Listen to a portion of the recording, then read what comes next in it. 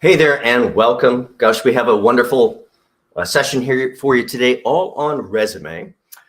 This is session 2, so this is an entire week and a couple days next week of all the best lectures for SelfRecruiter.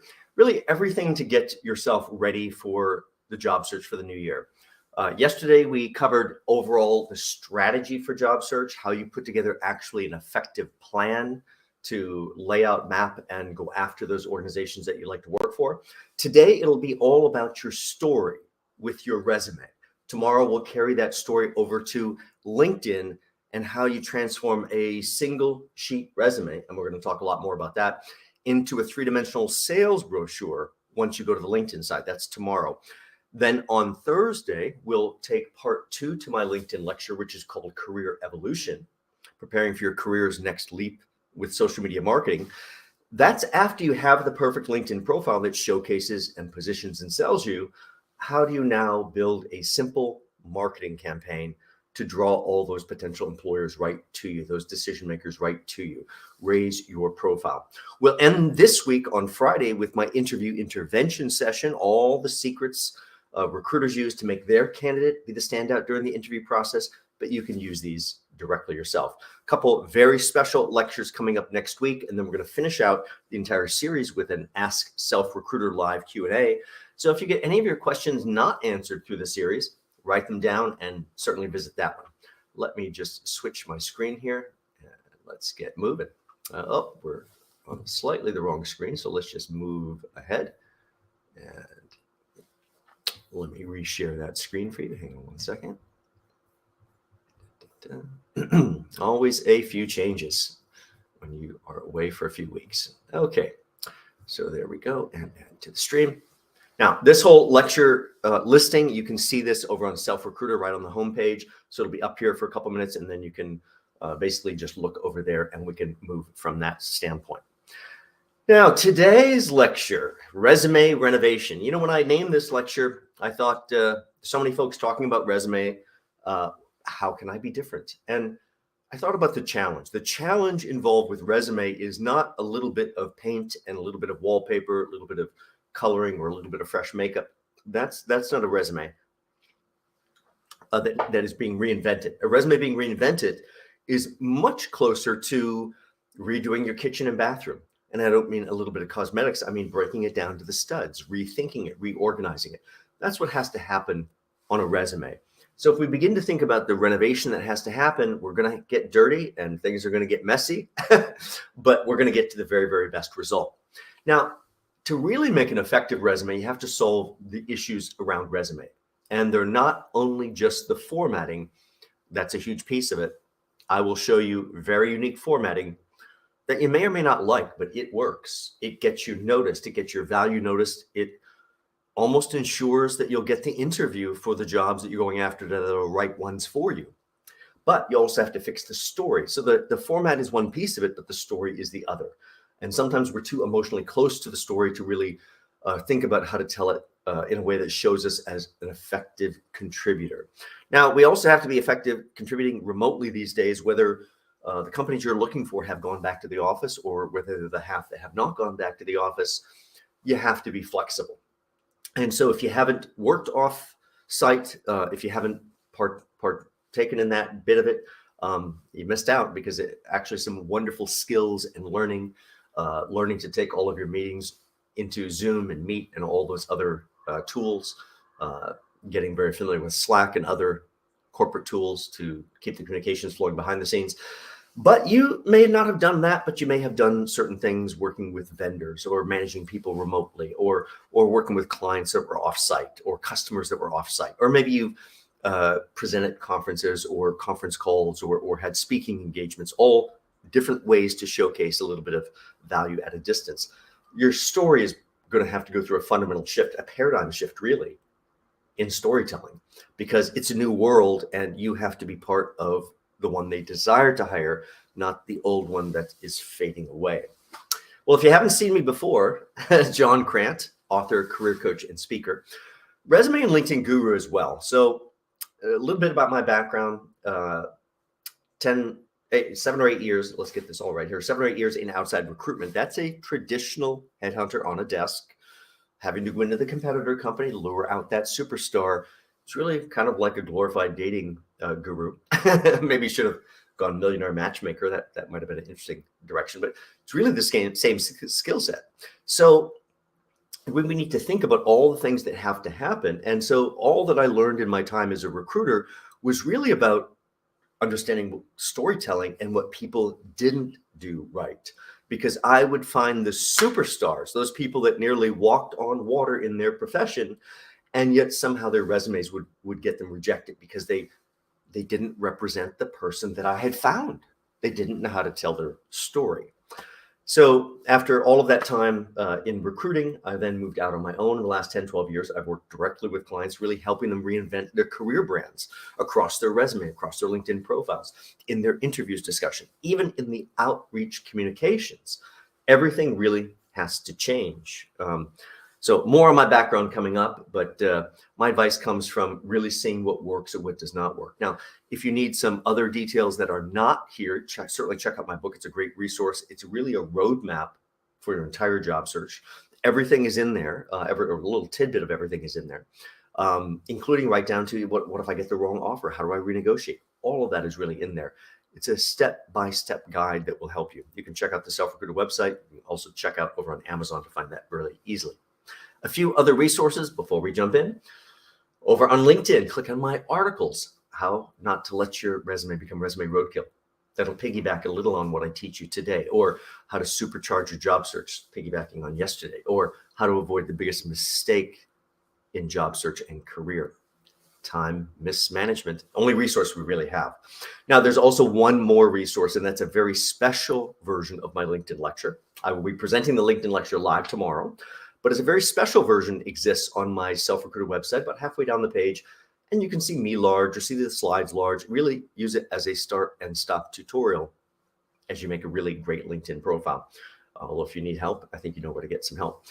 Now, becoming a self-recruiter, and this is the banner or the umbrella, I should say, for the entire series, is about becoming a really great recruiter that simply looks after one amazing candidate.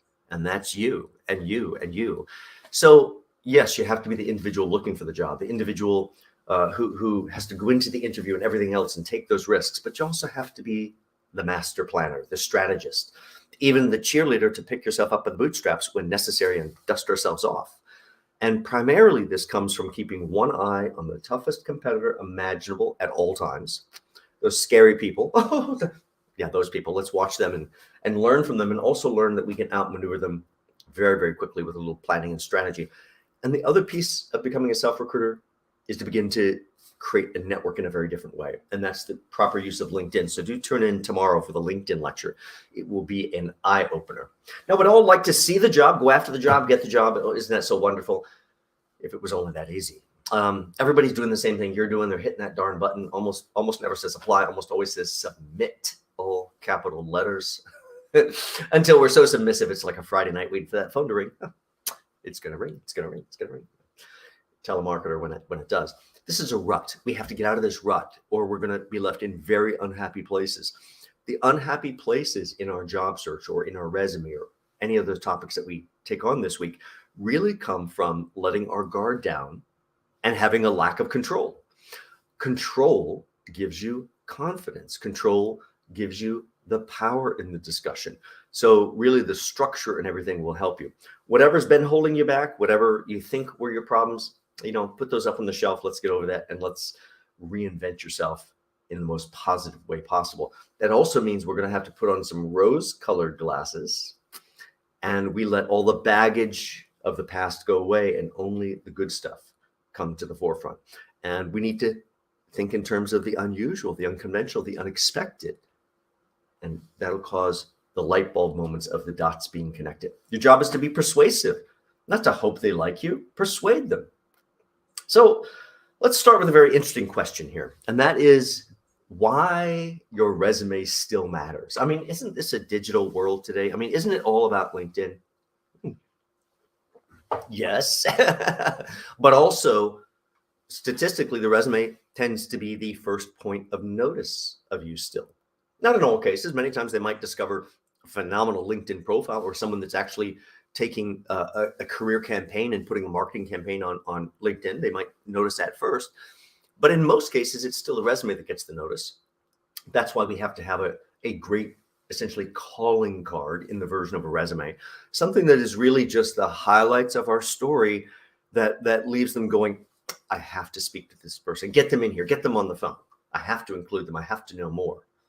Not that tells every last thing until there's really nothing left for you.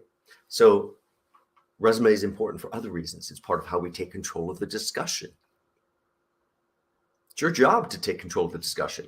What are people saying about you, and what would you like them to be saying about you? How we present ourselves, how we present our materials changes all of that. Now, to really be successful, you're going to have to understand the real challenge. And that means we have to take a hard look at the numbers, because when you look at the real numbers, oh, it's very harsh. And then you'll understand why you have to be so focused. So here are the real numbers in job search to think about. If this is any kind of a decent job, any kind of a decent job you're going after, that's 1,000 to 2,000 resumes being sent in. Now, please don't mishear that. That is not 1,000 to 2,000 qualified candidates, for this job. That's 1,000 to 2,000 people sending in their resumes because they got excited about this job. Now, what that really ends up with is 90 to 95% of these resumes not being right for this job. Why are they here? I can tell you. They saw this job and they got excited. They go, oh, that's a good job. That job would have a job for me surrounding it, supporting it. If they need someone like that, if they have an opening around it, they'll need someone like me. And everybody around it also sends in their resume, which is, of course, not right for this advertised job, clogging the entire system, with leaving everyone scratching their head going, why did they send this in? Why did they send this in? Because they're hoping you're going to go, oh, I need one of those too. But that's not the real challenge yet. That's only the tip of the iceberg, because we have to get down to the realities of who can read. Well, I know we hopefully all can read these days, but not everybody. So let's keep up those literacy programs. But really, in our work life, it's about who could read 1,000 emails, 1,000 resumes, 1,000 cover letters, and do all their normal work. I don't know too many people that can do all that.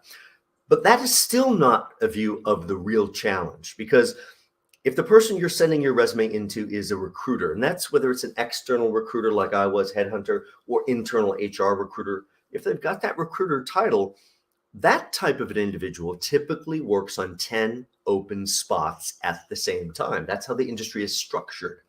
So it's not who can read 1,000, it's who can read 10,000 emails, 10,000 resumes, 10,000 cover letters. And now you begin to understand why, but I'm perfect, but they didn't respond. Do they even see it? You have mere seconds to capture their interest. And after a few hundred resumes, it's like snow blindness, resume blindness. I can't tell any of these people apart. Get yourself to the decision maker. We'll talk a lot about that. I'm a big believer in getting ourselves right in front of the decision maker rather than going through a filter. Now, if you would like to work for HR, your decision maker is in HR. If you would like to work for a different department within that company, your decision maker is not in HR. That's the facilitator. So let's talk about how we're going to be presented and how we're going to be perfect. And the trap most people fall into is the one you see right here. They'll go, oh, okay, I get it. I'll just be cookie cutter perfect, cookie cutter perfect. I just fit right in, cookie cutter perfect. Okay, that's great. Cookie cutter perfect. I'll take it. I'll take number three. I'm going to pay you less. Come on over. You don't want less? Okay, that's fine. Number 2, number 5, doesn't really matter. You're all cookie cutter perfect, interchangeable. You're getting less. You're not getting more. You have to somehow achieve the cookie cutter perfect, interchangeable, but also still be different, exceptional, somehow step out of line. That's added value. And that's how you get different responsibilities carved out for you, or a different compensation package carved out for you than might be advertised. Now, let's get right into it. 1, 2, 3, 4, 5 iterations. I don't want to leave you with the wrong impression that you're going to spend 2 hours and have your brand new resume. No, you're going to spend maybe 2 hours of homework and have your first iteration of your new resume. But you very likely need 3, 4, 5, maybe even 6 iterations of that resume to get to the right version that positions and sells you. I'll walk you through the entire process. By the way, if it becomes too overwhelming, I think you know where you can find someone that can produce a masterful resume for you that really showcases all of your value and lets all the baggage disappear. Small changes change perception in everything, and that's a very important sales document for you. So let's go back to your story, which is really what we have to distill down and redevelop before we take it into a new type of formatting. So this is what I do with my clients. I recommend you do it for yourself. If you're going to work on it your own, you have a deep dive interview session with yourself. This is like those interviews feel, like an interrogation, a cross-examination, a grilling, but you're going to do it for yourself. What we're looking for here is every single piece of story that somehow slipped away in the entire process, from the moment you entered adult life and schooling to today. And so this takes about 90 minutes when I do it with my clients. Some people are very expeditious and can be through it in 60 minutes, but some people are a little longer, maybe take 2 hours. You've got to uncover the entire story before you can step back, look at it, and then understand where are the ruby, diamond, emerald, perfume, drop a little nugget of gold all mixed in. The rest of the minutia can begin to disappear. So we're going to set this interview with ourselves, this meeting for ourselves, where we're going to try to uncover everything. Now, when I do this with my clients, I typically walk away with about 8 or 9 pages of notes. In addition to all the background materials, this is what you should be looking for. Now, easiest way is I have my 8 or 9 pages of notes because I've just done the interview. Grab a highlighter and think about what in these 8 or 9 pages of notes suddenly rises to the level of being resume worthy. Only the ruby, diamond, emerald, drop of perfume, nugget of gold, those things get the highlight. Oh, I know you're going to want to highlight everything because you're emotionally attached. Can't do that. Just the really sparkly stuff gets highlighted. Now, with just the highlights, you have a very good idea of what has to make the cut for the resume. All the rest is quite negotiable, and every decision you make will either increase your value or lower your value. You do have to be capable and qualified, but if I feel you're working too hard, working too strongly to try to prove you're capable and qualified, that undermines confidence. There's only 2 reasons you're ever going to get hired, assuming you're capable for the job. Don't have to have held the job before, but capable. And the only 2 reasons you ever get hired is number one, above everything else, is chemistry, beyond everything else. And number 2 is confidence in you, above everything in the chemistry. And that's before the credentialing, the background, everything you've ever developed or contributed as a work product in your career. So we have to think about this confidence we tell in storytelling. We can't look desperate to prove something, because confident people don't try to prove anything. They just claim it. Now, I don't want you to misrepresent, but you have to understand where you balance how much story. Now, look at the lower part of this slide here. How are you interesting? What makes you tick? Okay, that could have something to do with what I do in my work life, could have nothing to do with what I do in my work life, but it is a huge component of why I'll be hired. Do I get you? Do I get you and can spend my waking life with you? Because if I hire you, I'm probably going to spend more time with you than my loved ones. That's why we want to like you. It's really that simple. And it comes down to, why are you interesting? What makes you tick? What is it about you? So go back over all these notes. Think in terms of what can elevate or help create the brand of you. It's all these things that separate you from others. I'm not going to read all these. You can see them. And think about how you might change certain things to change the branding feel of your resume. Now, all the content, the story portion, you're going to filter through one singular lens I talk about all the time, and that is, why is it going to be the very best business decision they're going to make today if they choose to hire you? And then everything I convey about myself must go toward that target. So they go, wow, I have to hire this person, as their own epiphany. Of course. Now, here's a resume. It was handed to me at the New York Public Library after one of my lectures. It was like getting hit in the head with a brick. As you probably have guessed, I'm often well caffeinated during lectures. And after a lecture, I certainly have a lot of adrenaline and excitement. I'm very passionate. And a gal comes up to me and she says, she's holding the resume near and dear, and she goes, I've been told all I can expect is more of this. I'm like, what is it? And right away, this hits me like the brick in the head. And I'm like, I start to fall asleep. I'm like, oh, I better not fall asleep. That wouldn't be very nice. I better ask her a question. What would you like to do? I'd love to be in events. I'm like, oh, great energy. Have you ever been at events? Ouch. Let's just bring this a little bit larger here. It says right there, events coordinator. I am me with my entire background. If I cannot see that on this page, why would you think someone else can see this on this page? It's really not possible. We can find the nice happy medium here. There we go. Nice happy medium. So, the person, what happens is they see this wall of text and they go, and then all they really see is these two impressive law firms. And oh yeah, they're very impressive. And they go, oh, law firm. Okay, more law firm for you. Because they just see you as a law firm person. They don't even see you as an events person. Even if we zoom in, it's right there after you get hit in the head with the brick. But how clearly do you think after that? This is the same background. This is the same background. Because I said, well, have you ever done events? Oh, sure. I've done event planning and coordination and photo shoots. And I've done events at the Heller Gallery, Guggenheim Museum, the Met, Morgan Library and Museum, New York Public Library. I'm like, those are all A+ venues. Why don't you put that on the resume? You'd be hired tomorrow. Well, I just didn't do that. I did the RSVP, the handling the catering, and I was a speaker wrangler. Like who are the speakers?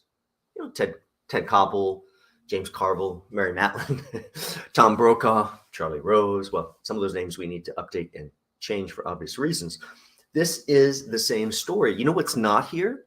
The 50% of their job that was boring administrative work that they never wanted to do again. Why are you telling that story that you don't want to be hired for versus telling the story that you do want to be hired for? This person would be in events tomorrow with this resume versus the first resume. And I would still say both of these law firms look even more impressive than they looked in the wall of text version. This is part of the transformation you're going to have to go through with your background. It's not just a little cosmetic. It's a dramatic shift, just like you saw there, because you are a product that has to be positioned and marketed and put on just the right shelf space. Maybe I can come a little larger now. There we go. a little bit better to join you live here. This is how you create engagement, but it's a lot closer to this style of engagement because not only is job search a sales process, it's really a dating process as well, because they want to like us. How are you going to fit with the team if I have to spend every waking moment with you? Small changes change everything. So personal branding, not only is the resume and all these things that you might put in there, it's the air about you that you carry with you. It's what you decide to wear that day. I was out doing cardio earlier in some running tights and some 5-finger shoes and that kind of gear. If I showed up here looking like that, I don't think you'd take my advice. You have to look the part.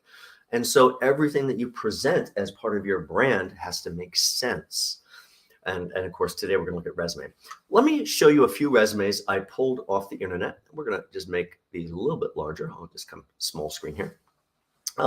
It's almost easier to teach you what to do correctly once I throw a few darts at these ones that were just pulled off of the internet. Now, someone was collecting resumes on Pinterest, and I love resumes. So I'm like, oh, thank you so much. Let's see what you have. And so here's just a few of the basic styles, and I'll tell you what's wrong with each one of them. Now here, first one, Kelly here. First off, kudos to Kelly on the brand.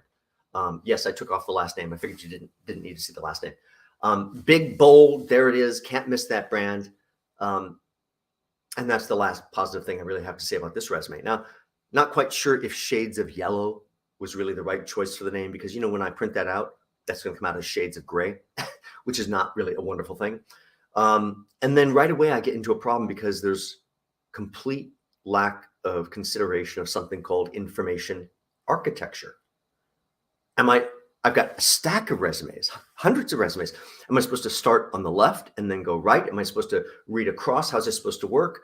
And really quickly, I have seconds. This does not communicate. Next one, Julia. All right, Julia, there we go. Now I didn't write these comments on the bottom either, but let's chime in on the comments. Who said the name had to be at the top anyway? Well, I'll say it. If no one else is saying it, I don't want you to miss this point. The name has to be at the top. The subtitle of my book is Changing the Rules. I'm a big believer in changing any single rule that does not work for you. There are certain rules you can't change. I have a stack of resumes here. What's the expectation? name, employer title, employer title, employer title. It's a reverse half moon in eye pattern that they're expecting. This violates everything. Now, I do like violating things for purpose, but all this does is create an information architecture problem. So am I supposed to start reading down below Julia and then go back up to the top? How is this all supposed to work? And clearly, I cannot see the employers. Now you might go, well, John, those seem to be blurred out. Okay, yeah, I get that part. Imagine they're not blurred out. I still can't see them. Yes, I could go intellectually find them. I can go dig into each sentence to go find them. But your value is almost exclusively determined by the brand you did it for. You did it for 3 amazing brands everybody's heard of. You're perceived as one value, right or wrong. You did it the same darn thing, same exact darn thing for 3 brands no one's ever heard of. Your value is perceived down here. There's a huge disconnect. And so hiding your brands, the employers you work for, over in the middle of the line does not make sense. In fact, the only thing close to my eyes is the reason I would not hire you, and that's dates. Let's be clear. Dates are expected on a resume, but dates are never a reason I hire you. Dates are only a reason I don't hire you. So why would you ever choose to put the dates right in the middle of the eye path? Put them as far away from the eyes as possible, and don't bold them, make them smaller, like you're about to see in the examples I'll show you, and all of that. So it's provided, but it's don't look here because it does not help you, and that's not really going to get you there. So a failure on the Julia resume that really isn't going to produce the outcome that you want here. Last one to look at, I think is the last one. There could be another one. Who knows? Let's see. Is Martin. Now, yes, I did take off all the contact information up at the top. Figured you didn't need that. I've seen this style of resume in so many books over the years. I mean, there's only, half a dozen really assorted styles that seem to be out there. And okay, I get Martin's brand. Kudos to Martin on his brand. Now, I'm not sure if it made sense to use 25% of the entire available real estate to communicate your contact information for me, stacked up like a layer cake. That does not make sense to me. Again, information architecture problem with the blue column and the one next to it. I'm not sure. Am I supposed to go down this middle column first and then go back up to the side, or read from the blue column over to the right? And if I just step back, all I can actually read here is education, internship, and personal skills, which are gimmickry branding labels. These are labels that have really nothing to do with your value, and I can't see your value. Your value has to come into focus, not the labels. Total nonsense there. We are this product. We have mere seconds to capture their interest, and it has to be clear. We have to be capable and qualified, but we better communicate why we're interesting and what makes us tick. As an example, a few years ago, reinventing someone with a really amazing marketing background, all this wonderful career progression. I'm like, wow, that's a nice marketing background to work with. And in uncovering all their details, years before they built this wonderful background, many years before, they had become a certified locomotive engineer, like choo-choo train. And you better believe, right below degree, right below all of the professional development, a little bit further down, 7-point bold, certified locomotive engineer. And at first when they start like, oh, horrible. I'm like, you have no idea how many interviews you're about to get because of this, because you've missed something here. You have a fabulous background in marketing. So does 5 or 6 other people on this table here. You're trying to be different, interesting. It's like, no, put it on the list. I have to hear that. Oh, nice background. Yeah, I have to hear that. I have to see where this goes. So don't hide those things that sometimes seem like warts. They may be the selling piece of why you're interesting and what makes you tick. You may have to get over your own emotional baggage attachment to those to use them. So for a little more clarity, resume to me is about not telling the entire story, but catching the interest, piquing their interest. Get them in here, get them on the phone. I have to know more. LinkedIn is where we drop the other shoe. Polar opposite, in my view, to your resume. How do you take this single sheet of paper and suddenly expand that into this communication about you that drives them to that one conclusion? Wow, if you hire this person, best business decision you're going to make today. That's the LinkedIn side. That'll be tomorrow's lecture. Both of these, really, it's about influence. So Back to the idea of the career branding, this brick in the head really doesn't do us any good. You're going to have to work on your content and distill these huge pieces. Now look, I see it right there. Metropolitan Museum of Art, New York Public Library, Morgan. Look, much of the content was here and completely unreadable, unusable. It's about clarity and influence. You've got to be clear about the career path and story, and you have to influence them about your value level that you want to project. So you think about how this conveys everything they'd ever like to get by hiring you. The skill with the photo shoots, the skill with facilitating, the planning, the skill with speakers, even venues like this. All of that is instant thing that creates the engagement, or this kind of engagement where they desire to bring you in. So let's get down to your resume renovation right now. There's 5 key areas to build a perfect resume. Here's how you do it. Coming back to each one of these, by the way, you are a product 2, coming right back. Resume, the new definition. Your resume's goals, understanding stacks of resumes, and the 3-second test. Told you we're coming right back. Let's go right back to the beginning. You are a product 2. When a company chooses to hire you, they're buying a product. We may not like that concept, but I'm sure we get it today. And how are you going to be that desirable product? Do you want to be you walk into the supermarket, do you want to be that store brand? You know, the taste is always a little bit off, not quite there. The packaging and the coloring design is always a little bit off, not quite there. Oh, price very good. Or would you like to be that national brand, which has just the right taste and price is a little more everything else? Would you like to be that national brand or that store brand? National or store brand? You have to decide which you'd like to be, and it won't be the store brand if you'd like your career to go somewhere. Resume, the new definition. I'm going to have a lot of ink for this one. Are you ready? Are you ready? I hope so. Simple sales sheet that creates desire. Now, a few years back, I did it 4 times, but a few years back, I was up on stage for the very first time at Reverend Jesse Jackson's Rainbow Push Wall Street project.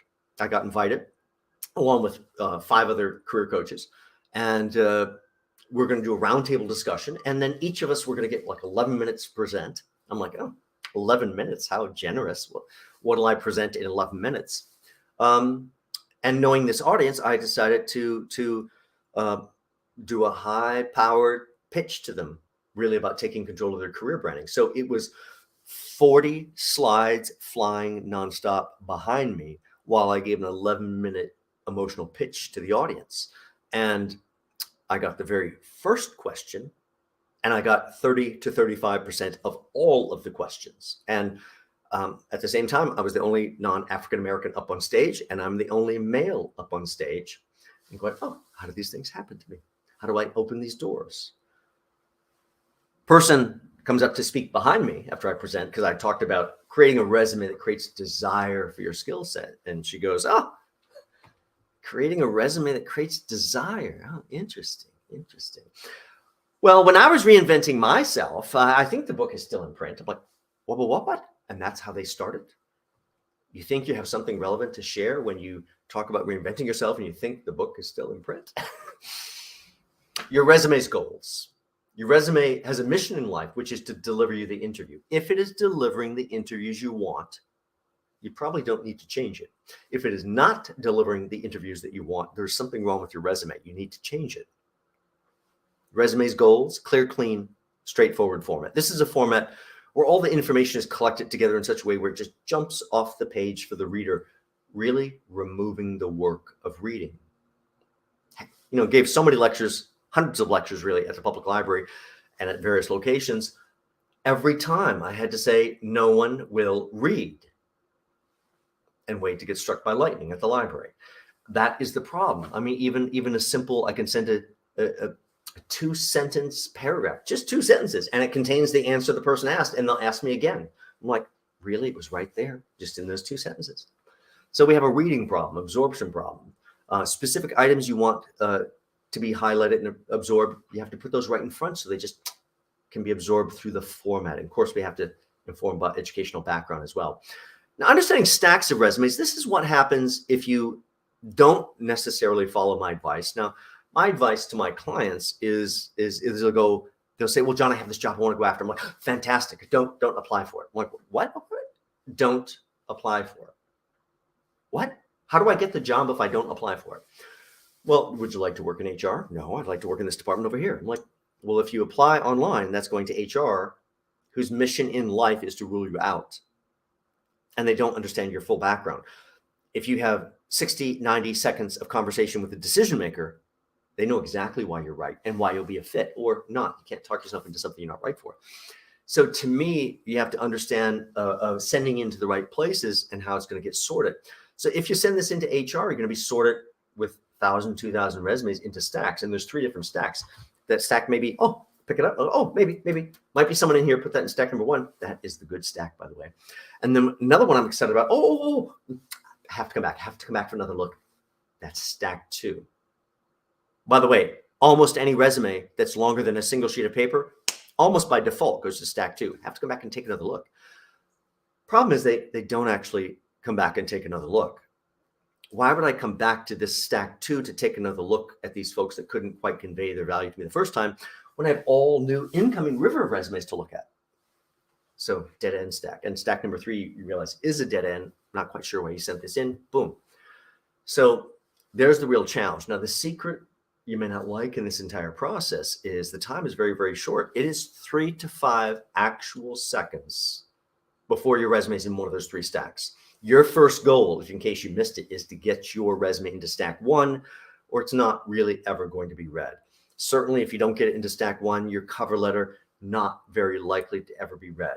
If you don't get it into stack 1, your email that accompanied those items, not very likely to ever get read.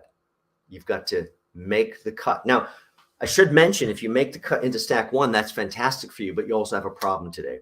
Because with 1,000 to 2,000 resumes, that's 50 resumes in the good stack. Go back to the first question. Who can read 50 resumes, 50 cover letters, 50 emails? Actually, times 10 if they're a recruiter. Nobody can read that either. So once you get the short stack of the very, very best, there's a secondary sorting process, which happens on LinkedIn. They're going to grab your name. They're going to drop it in LinkedIn. Not on LinkedIn. Out comes a resume over to stack 2. Is that person even real? If you don't exist on LinkedIn, you don't exist in today's world. On LinkedIn, but wait a minute. It's exactly what I have in front of me. Didn't even understand the challenge. Out comes that resume over to stack 2. In my view, you have to have much more story, much more content about you presented on the LinkedIn side than you ever have on the resume. So if you fail to deliver more proof or more persuasion why you're better than the competitor by looking at LinkedIn, you get left behind very, very quickly. So let's make sure you make the short stack once they review your LinkedIn. That's tomorrow's lecture. Now, 1-page resume, unless it's 2, but I think you get pretty clearly, I'm not going to be happy if a client tries to make a 2-page resume. There is no background that will not fit on a single sheet of paper. Now, when I was giving this lecture, well, actually it was the LinkedIn lecture I was giving over at the New York State Department of Labor, and just a couple of years back. And of course, resume comes up because these are 2 marketing documents, both related. And suddenly, the single page resume comment came out, and suddenly a guy in back goes, oh, come on. What if you got a 30-year career and your CEO is never going to fit? All right, take a breath. I get it. I don't think your reaction is because you're unhappy with John's answer. I think your reaction is because you wake up and find yourself sitting at the Department of Labor going, well, what am I doing here? How come no one can see my value? And I understand it. Not a surprise that guy hired me. He sends me his stuff. It is 6 pages of my eyes bleeding. Oh my gosh, very impressive background. CEO and COO before that and CFO before that. And 30 years of endless career he could not stop talking about. It's an editing problem. What people at that level don't understand is it's almost just an assembly of where you went, what was the tour, without even much deliverable to see the astounding piece of it. On you're never getting that to a single sheet of paper. Woo! Single sheet of paper is like a giant exclamation point for that background. And of course, they're a CEO again. A lot of people on certain levels or in certain fields think, oh no, but I need a CV format. Yes, if you'd like to present it to your grandmother and never be hired. But if you'd like to be hired, you need to toss that CV format out the window, and you need to get a single page resume that is a cheat sheet of all the best pieces of your background. One-page resume, unless it's two. Now, what are we looking at? We're looking at your name, which is your brand, your current or last 3 employers and titles, and your educational background. Now, when I would do this in person at the library, suddenly I'd hear people afterward going, oh, John said just put the last 3 employers and titles. He did? When did he say that? I said what we're looking at. Now, if you gave me a different question, John, what would you like on a resume? I'm so glad you asked me. What I would like is for the resume to be complete from the time you entered the workforce to today. Now, did you listen to that? I said, that's what I'd like. I didn't say that was the right solution for you. If your background, your work background goes back into the 1970s, I don't need to see the 1970s. I may not need to see the 1980s. It may need to disappear and truncate. Maybe even part of the 90s might want to be truncated. We'll show you how that works coming up. But yes, we're looking at the last 3 employers and titles for time relevance of your skill set.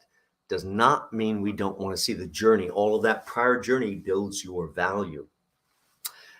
The 3-second test. Now, if you have your resume, pick it up. No reason to be shy. This is really just for you. Don't look at it. Don't look at it. When I tell you to look at it, you can then look at it.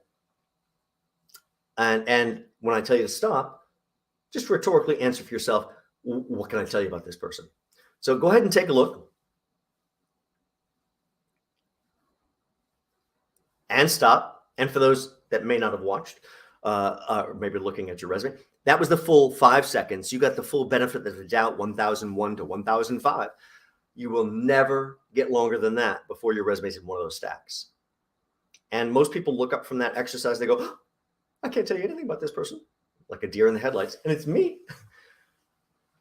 Every time you work on your resume, you're going to come and do the 3-second test, put them back side by side. What's working? What can I improve? Go back to the drawing board every time. Don't stop too early, by the way. Work till you get the very best version. I object to objectives all of the time. You know, objectives imply an objective statement. You're going to see very, very quickly, as I show you my examples, there's not a single sentence on a resume I create. Why would there be a sentence on a resume in a world where people no longer read? Doesn't even make sense. So I want you to take this objective statement, this profile, all this laundry list of accomplishments since childhood that tends to collect at the top of the resume, and take it all out. Certain elements maybe go other places in the resume itself if I desire, but really replace all of that with something that I call a positioning title that really sets the energy. Look at here. How far do I get? High energy, detail, multitasker, and I've lost interest with this block of text. Versus high energy events planner specialist. Fantastic. What have they done? Heller Gallery, Guggenheim, Lincoln Center. Boom, boom, boom, boom, boom. Why all the extra that is unnecessary? Let's make it clear. Or here's a different example for a different person: campaign director, media and public relations, community liaison. Very simple. In the simplest iteration, like this one, it's probably 4, 5, 6 words at the top of the resume. In a more complex background, it could be 2 or 3 lines of 4, 5, 6 words. I have lots of examples of that coming up. Oh, here's a 3-liner coming up. I will show you this whole resume coming up and tell you the story. Now, this individual, they really want to make a change. And so they want to work in sales, and they want to work in software, hardware, and services, not where they're currently working.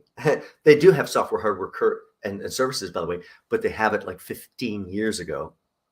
And that may be someone today's challenge. Maybe your challenge is to sell 15-year-old experience. And this is how you do it. When we get to that story, I'll show it to you.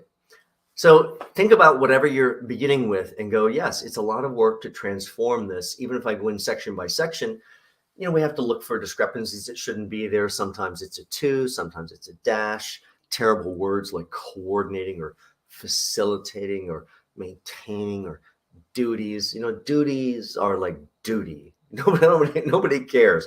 We have to move away from all that nonsense that doesn't communicate and just have it dazzle. No sentence structure whatsoever. Story is clear as crystal, and it's dazzling. This person gets the interview every single time. Wouldn't make sense otherwise. Think about how you're going to take yours and develop this kind of clarity. So you move away from what doesn't work for you, and you develop the clarity that you deserve that elevates your brand. You can't have someone sift through all this. That's your job. to make those things disappear and go away. So don't stop too early, and keep using this as an example of there must be a slightly clearer way that I can present this. That is the real homework, and that's what I do for clients. Now, this person also was so worried about their career because of getting mature, they took the scissors out and started cutting. So all that was really left was the legal background and the book publishing. And they wanted to work in events, and they cut Martha Stewart Living off their resume, or House Beautiful magazine, where they did photo shoots and event related things at the Guggenheim, or European Travel and Life magazine, where they did other things that are all related to events. So yes, you may want to cut certain parts of your background, but don't cut off the sell pieces. Promised you the story on this one. Person came to me, this was a while back, but when they came to me, they were 11 or 12 years into their time at Price Modern. I did not know Price Modern as a brand. You may know them. What this person does is sell corporate office furnishings, corporate furniture. So something like 1,000 desks at a time type thing. And they had a great run. And now they're like, I'm so done selling furniture. Every time I send out my resume, they go, but we don't need a furniture salesperson. I'm like, quit talking about furniture. What do you want to do? I want to work in software, hardware, services. Great field. One of the fields I used to play. So I really know that field. I'm like, have you ever done it? And they did 15 years earlier. Sorry, I'm just looking up at my power and I realized I didn't plug my cord in. Let's give this machine a little bit of juice so we don't go offline in the middle. Much better. And so really their entire resume was the entire last 10, 12 years of their journey. And I distilled that down to a super paragraph. And the only references you see are Price Modern, which I didn't really know, Hayworth, I certainly do know, and the words corporate office furnishings. Not another piece of furniture repeats.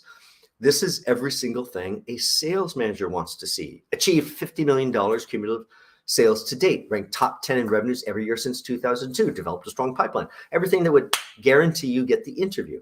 And that allowed us then to expand the earlier experience so they could actually see the software, hardware, and services.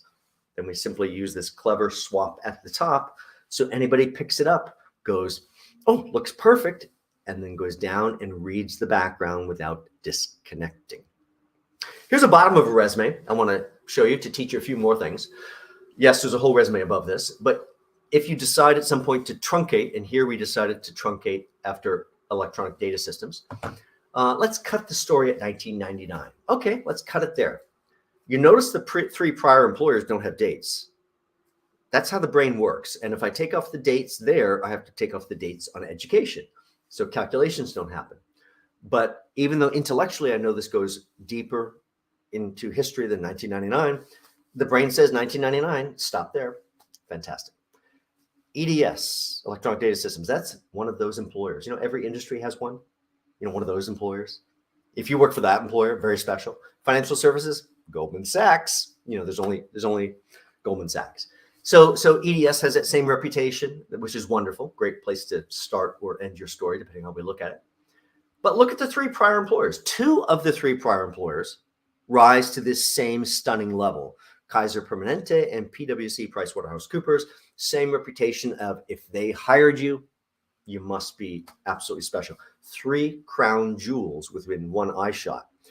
I want you to absorb sizing does not determine the value. That EDS, electronic data systems, is 10-point bold. The System Alliance, PricewaterhouseCoopers, Kaiser Permanente, that is probably 8-point bold with the titles at 7.5, with the location at probably even 6 or 6.5 point, tiny. And all three employers are 3/4 of 1 inch on the sheet of paper. This is like understanding how to put a great, very expensive dessert together, which starts with a very large plate with a very small dessert in the middle and something drizzled over top and some sparklies and a little cherry on top and whatever. It's all presentation. Same thing here. I trust they won't miss it. Couple things to learn from the educational piece. Let's look down here. So I want you to notice we have 3 universities here, yet only 2 of them are treated the same.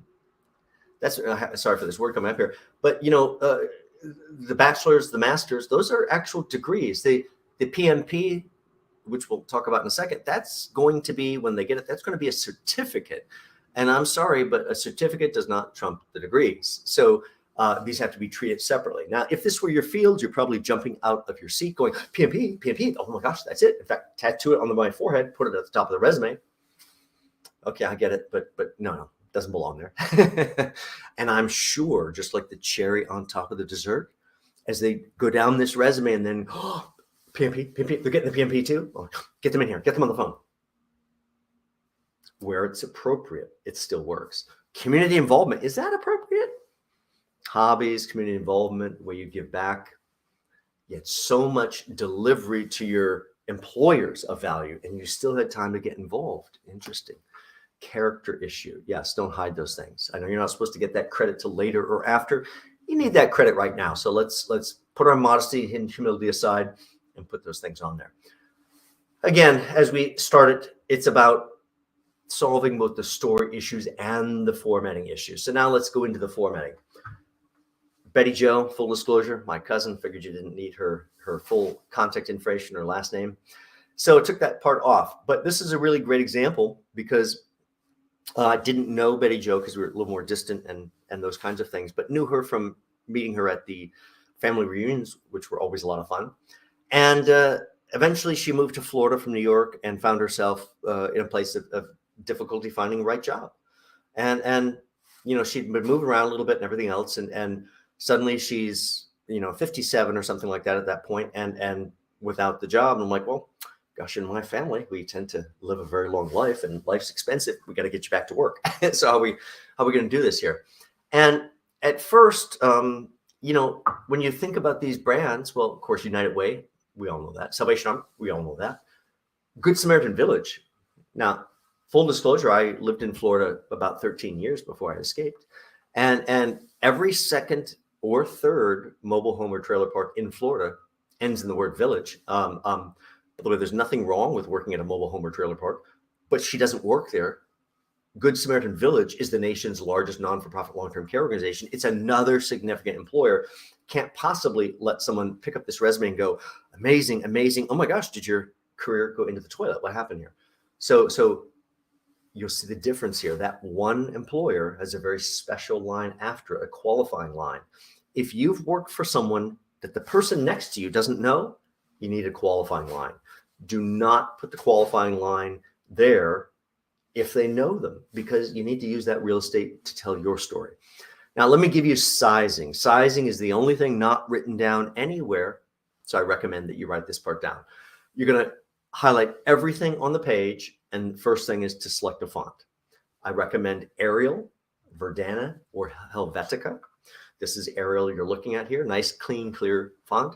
But the worst choice you can make, and there's so many worse choices, but Georgia, Times, all those ones that are like with shapes and a little squiggly and everything else, may look pretty, not easy to read. Put your resume in Times, next to the resume in Arial. Which one do you read in 5 seconds? It will not be the Times. So nice, clear, clean, straightforward format. Now we're going to make everything 10 point. Now, are we sitting down? Then we're going to go down from 10 point. These are not for you. You have the wrong idea that size of the font somehow affects the legibility. And it affects it, but it doesn't determine it. It's really the spacing between the lines, between the characters. So let's run down the page, give you all the spacing. For headers like professional experience or education, 7-point bold, but you'll notice it gets a little touch of gray. So it disappears into the background. It provides structure while letting your content come forward. Good Samaritan Village, Salvation Army, and United Way, all the brands, those are 10-point and made bold. I hope you've noticed the rest of the line, that's the comma, location, and date, are not only not bold, certainly not 10-point. In this iteration, they're 7-point. That qualifying line after Good Samaritan Village is 8-point, by the way, if you need it. The title lines, that's community liaison, public relations, campaign director, all those title lines are 9.5 in size. Mistake people make is they'll put it bold. Oh, that's me. Make it bold. No. Then they're going to fight with your brand. They have to work in harmony with your brand, and the brand determines the value. So I like the titles a 0.5 point less than the brand. That's 9.5 in size. And I'm going to italicize it so it still draws attention without fighting for the brand. Now we're going to indent our bullets so that we are really serving up the employer title on a platter, very easy for the reader, taking away the work for the reader. Go back and talk about spacing here in a second. Now, let's go down to the bullets. The bullets are 8.5 in size. You can do each set of bullets at the same time. So we'll do one set of bullets, make 8.5. When you do, it's going to get a little tight, a little hard to read. We're going to fix that spacing coming up here. And then you carry this through the entire resume. Now, spacing, let's talk about spacing. Every single brand has 2 points of space after the brand name before the next line or title line, depending on how it's set up. That special line has 2 points of spacing after it. Now, each of the title lines has 4 points of spacing after it. We're going to show you how you put that spacing in coming up in actual screens here. The bullet points have 1.75 points of spacing after every bullet. And you realize it just returns just enough breathability where it's all really legible. So this kind of attention to the spacing is really, really important to make your information jump off the page for the reader, and it just begins to visually imprint in their head. Contact line, which was not on those, in case you need to realize, it's a single line right after your name, 2 points of space after your name. By the way, I should mention the names are the only thing that aren't 10 point. We boost them up to 18 point bold. Don't be shy. Big John Crant or whatever it is up there, 2 points of space after. Contact line starts with your LinkedIn, followed by the city, state. Don't need your address. We don't hire you because you live at 123 Any Street. Followed by your email, followed by your cell phone number. The two things easiest to get to are on the outside. Not convinced? Click on that LinkedIn link. You are convinced? Dial me on the cell. Really that simple. By the way, it's your cell, even if you can't get your cell phone in your own house. Let's talk about adding space. If we're adding space after items, that's after a line, after a paragraph. Well, first off, you're going to have to figure out your version of Microsoft Word. There are so many versions out there. They all look a little different. On my version, this is how it works. I go up into format, go down to paragraph. A box pops up that suddenly says points after. In the points after piece, I either enter a 2 or enter a 1.75 or enter a 4, or after those 2 headlines of professional experience and education, 8 points of space after those things. And I just click enter, and magically that breathing room is just added. Now, how do I add space or even reduce space on the line itself? Maybe the line needs to spread out a little bit, or maybe the line dips onto a second line. I wish it were one line. I may make it a little more condensed. Well, now I'm going to go into format, down to font. In the font window, I have to click advanced. And under the advanced tab, I can either expand or condense the character spacing. And that's usually by, 0.1, 0.2, maybe at the most. If it's the contact line, I could spread it out by 3, 4, 5 points even, because that's a separate, different line. That's how you add space between the characters. So between the lines, between the characters. Don't forget 3, 4, 5 iterations probably to get to the right version. Don't stop too early. Also consider your work pedigree. 3 to 5 seconds of the resume, you may be getting part of it, but we're looking at the quality of those companies that we're looking at, the titles and accomplishments, even though I said we wouldn't really look at the accomplishments, and of course, educational background. Here's the proof if you need it. World's simplest resume, Todd Smith, Nestle USA, Director of Quality Assurance, Kraft Foods, Quality Assurance Manager, Coca-Cola Company, Quality Assurance Engineer, Education, University of Florida, BS in Agriculture, right there. If this is all that's on the resume, guarantee it's the simplest resume in the world. And yet you all have an opinion about Todd's background. What do we get here? What do we get here? Oh, I see clear career progression here from engineer to manager to director. And oh my gosh, they did it for 3 amazing companies, and they got the degree and everything else. It's like, okay, well, let's take it further. Let's promote you up to the manager that has to hire this person. You have 1 interview spot left, but you have 2 candidates. You have Todd here, and you have this other person, Todd and the other person. And for the sake of argument, the other person has the same University of Florida BS in Agriculture. They have the same engineer to manager to director in quality. But they did it for 3 companies you've never heard of. And this one's Nestle, Kraft, and Coca-Cola. Let's see who gets that interview. There's no question here, every single time. You now understand the value of brands. My advice to you is, if it is possible, you never again take a job at a company that the random person next to you has not heard of. It does nothing to build your brand. You need to go from increasing brand to an increasing brand value to increasing brand value. That's how you build your personal brand. Value everywhere, but nowhere to be seen. You saw jobs with literally nothing under it and felt the value. where you're going to either win or lose, or how you bullet point those achievements and tangible deliverables that you have to put onto those items. So make sure you put the right ones there. Work with your information to make it jump off the page the way you saw in today's session. That means we're going to focus on revenues or controlling expenses or efficiency. Somehow it's about the performance difference. Make sure it's a standout. Make sure you don't get missed. Degrees of degrees, as we get right toward the very, very end here, as we just dip past the 12 noon hour. Have you received in hand your college degree? I know that's a very strange way to ask. The only thing that matters is the truth, whole truth, nothing but the truth. If you did not receive your degree because maybe you're 3 credits shy, or you didn't pay that $168 fee due or anything else, then you put the college or university, you put coursework toward field of study, not a coursework toward a BS and whatever. That's too close to the baloney line, and we have to stay away from that. Designing your resume, what do I mean here? The job is to move your brand forward, and that's helping the person visualize your career path, the way you've contributed value, of course, clearly informed by educational background as well. A final word about Word. Not a lover of Microsoft. I would be if they wrote great software, but they write some of the most horrific stuff on the planet. And Word is a great example of the disaster. I know everyone uses Word, and certainly I use Word to produce resumes. But if you dare do all of this work I just outlined, and then are foolish enough to ever send the Word version of that resume to someone, you have absolutely no idea what it looks like. It could look very similar, could look like a completely different animal, because the preferences file that tells it what to look like stays as part of your computer. And when it goes to the new computer, or my computer, it opens by my preferences file. It could look very similar, could look like a different animal. So when you're all done doing all this work, and there's a video over my YouTube channel called Headless Horseman that will walk you through it, just convert the whole thing over to a PDF once you're all done. It will remain perfect on every single computer that views it and every single computer that prints it, no matter which type of computer created it. Wherever you are in the process for reinventing your resume, reinventing your career story, step back emotionally from that and take your first step and learn how to repeat this process and really make it all work for you. That brings us to the end for today. We started yesterday with our supercharging your job search, really understanding what a job search really is and how to plan and manage one of those things. Today, it's all about elevating your brand across your resume.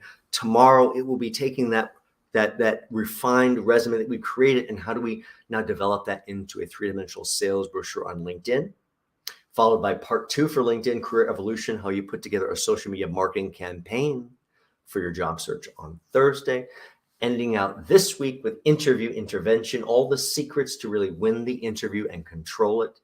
And we'll be back next week with a couple of very interesting lectures, really about how to engage the decision maker directly, how to reinvent our career in a totally new direction as well. And then we're going to have a live Q&A on Wednesday as the wrap up for the entire series. If you need help, check out my SelfRecruiter website. Check under the services tab. Every one of my packages is there. If you need to talk before you know which one is right for you, send me a quick email. We'll set up a time to chat and we'll move forward. Thank you guys for today. Please do, whether you're joining me on LinkedIn live or YouTube or over on Facebook, please do like, comment, share, message, all those things, ring the bell, subscribe, and we'll see you here tomorrow. Thanks, you guys.